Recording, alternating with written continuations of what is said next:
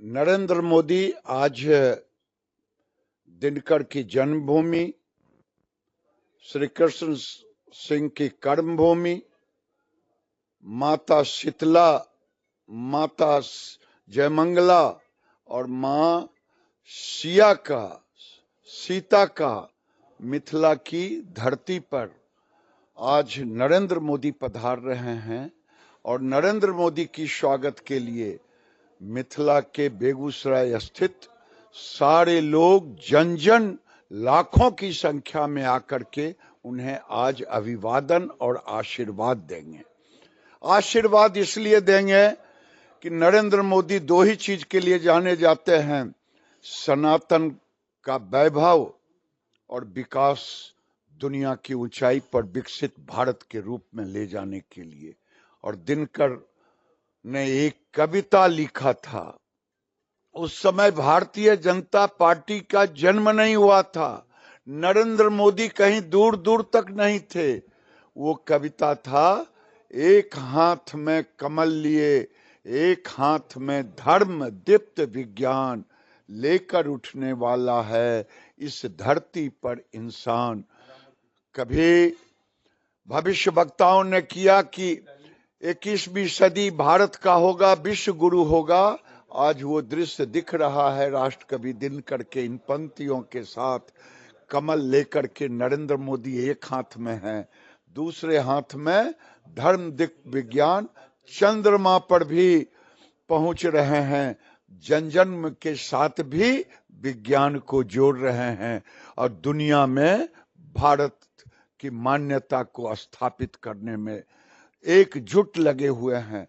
और बेगूसराय की धरती पर विकास की लड़ी, विकास की झड़ी जो सदियों तक लोग याद करेगा, सदियों तक इसलिए याद करेगा, डॉक्टर श्री कृष्ण सिंह के बाद अगर किसी ने विकास की, उनकी कृतियों में चार चांद लगाया, नरेंद्र मोदी। चाहे गंगा पे पुल हो, चाहे एनटीपीसी का 2 यूनिट हो, चाहे फर्टिलाइजर का खाद कारखाने को खोलना, चाहे रिफाइनरी में 25,000 करोड़ लगा करके जो अब बंद होने के कगार पर था, उसको क्रूड ऑयल बाहर से लाना और बिहार सरकार को भी 10,000 रुपये का टैक्स प्रतिवर्ष देना और क्रूड ऑयल से लेके पेट्रोकेमिकल्स तक की जो चिर परिचित मांगे था बिहार का, बेगूसराय का, कि यहाँ राजीव गांधी ने घोषणा की थी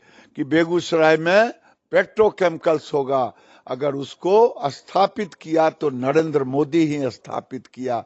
इसीलिए मैं कहता हूं, नरेंद्र मोदी सनातन के प्रतीक हैं, सनातन पुनर्जागरण के प्रतीक है और विकास के प्रतीक हैं। और दिनकर की कविता आज जमीन पर उतर रहा है, एक हाथ में कमल लिए एक हाथ में धर्म दीप्त विज्ञान, लेकर उठने वाला है इस धरती पर इंसान। आज नरेंद्र मोदी उतर गए हैं, बेगूसराय की जनता, मिथिला की जनता मोदी के स्वागत में खड़ा है। और लोग में अच्छी चर्चा है कि अगर जिस ढंग से आज अगर नरेंद्र मोदी बिहार के भारतीय जनता पार्टी एनडीए की सरकार अगर नहीं बनती तो आरजेडी जिस ढंग का नीतीश कुमार के साथ व्यवहार शुरू किया था, धक्का दे करके उनको हटा देता और फिर बिहार में आतंक का राज होता। देखिए अभी जन विश्वास यात्रा चला, आतंक का माहौल था,